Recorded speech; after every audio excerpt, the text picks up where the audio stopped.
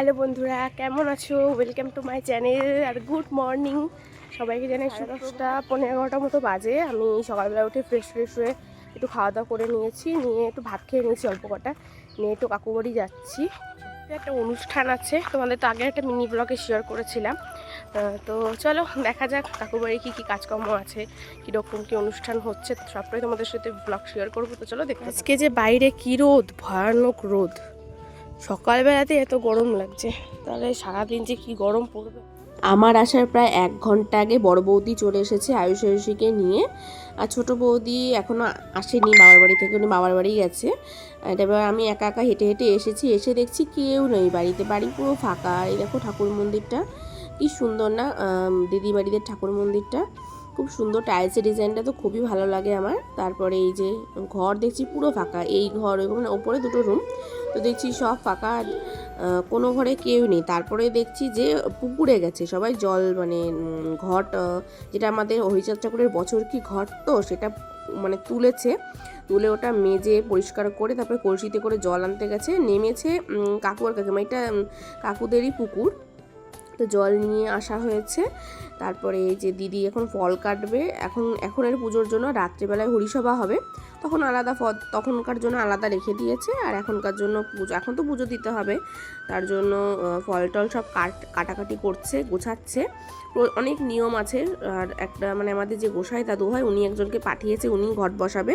এবার এর মধ্যে আমার একটা পার্সেল দিয়ে গেছে, মেয়ের জন্য ডাইপার অর্ডার দিয়েছিলাম, ডাইপারটা নিয়ে নিলাম। তারপর ওকে খাওয়াবো, মৌসুমির রস করলাম, বেদানার রস করলাম, এবার খাওয়াবো। মানে একটা জায়গায় যাওয়ার আগে ওর মানে সব কিছু করতে করতে আমার দিন শেষ।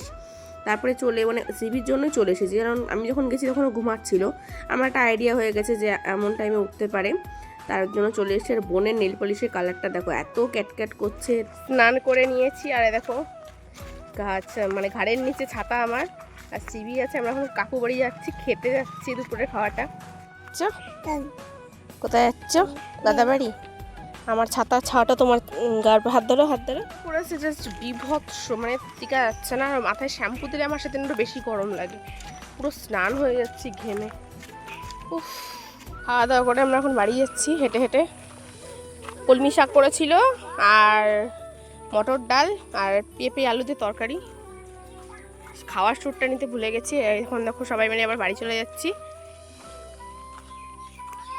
ওরা দেখো কিরকম দৌড় দিচ্ছে। দিদি ফোন করে বলছে বুনু দুধটা একটু দিয়ে যা, ওরা পায়েস রান্না করবে। তো আজকে মা ঘোষকে দুধটা দেয়নি, পুরো দুধটাই ওরা নেবে। আছে এখানে 7.5 কেজি দুধ।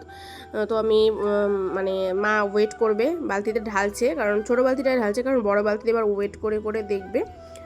আর আমাদের এখানে জানো দুধের দাম প্রচণ্ড কম, নাহলে পরে মা অনেক টাকাই পায়, মাত্র 34 টাকা করে কেজি দেয় ঘষে। প্রচণ্ড বমি হচ্ছে, কালকে রাতেবেলা একবার হয়েছে, আজকে সকালবেলা আরেকবার হয়েছে। ওটস খেয়ে শরীরটা একদম ভালো না, জন্য ওকে ডাক্তারের কাছে নিয়ে যাচ্ছি। এই যে রেডি হয়ে রাস্তা দাঁড়। আমাদের বাবার বাড়িতে থাকলে যদি ছোটোখাটো কোনো কিছু হয়, আমি এই ডক্টরটাকে দেখাই, খুব ভালো ওষুধ দেয় হোমিওপ্যাথি। আর বড় মানে কিছু সিরিয়াস কিছু হলে ওদের চাইল্ড স্পেশালিস্ট দেখাই।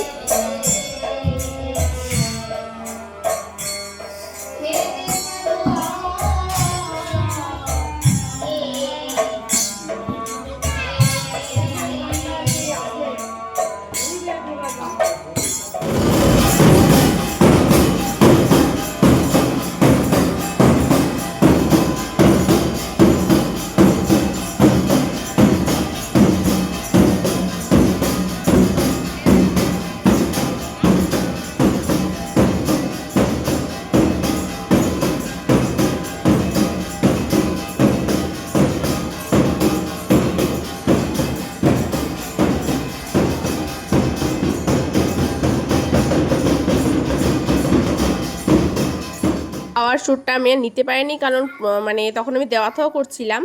এর জন্য লাস্টে মানে ওপরেই খেতে দেওয়া হয়েছিল, যেখানে হরিসভা হচ্ছিল, তার ওখানে মানে অনেক লোক হয়েছিল। তারপরে এই যে নিচে আমরা টেবিলে বসে রাতে খেয়ে নিচ্ছি, তখন প্রায় 12টা বেজে গেছে।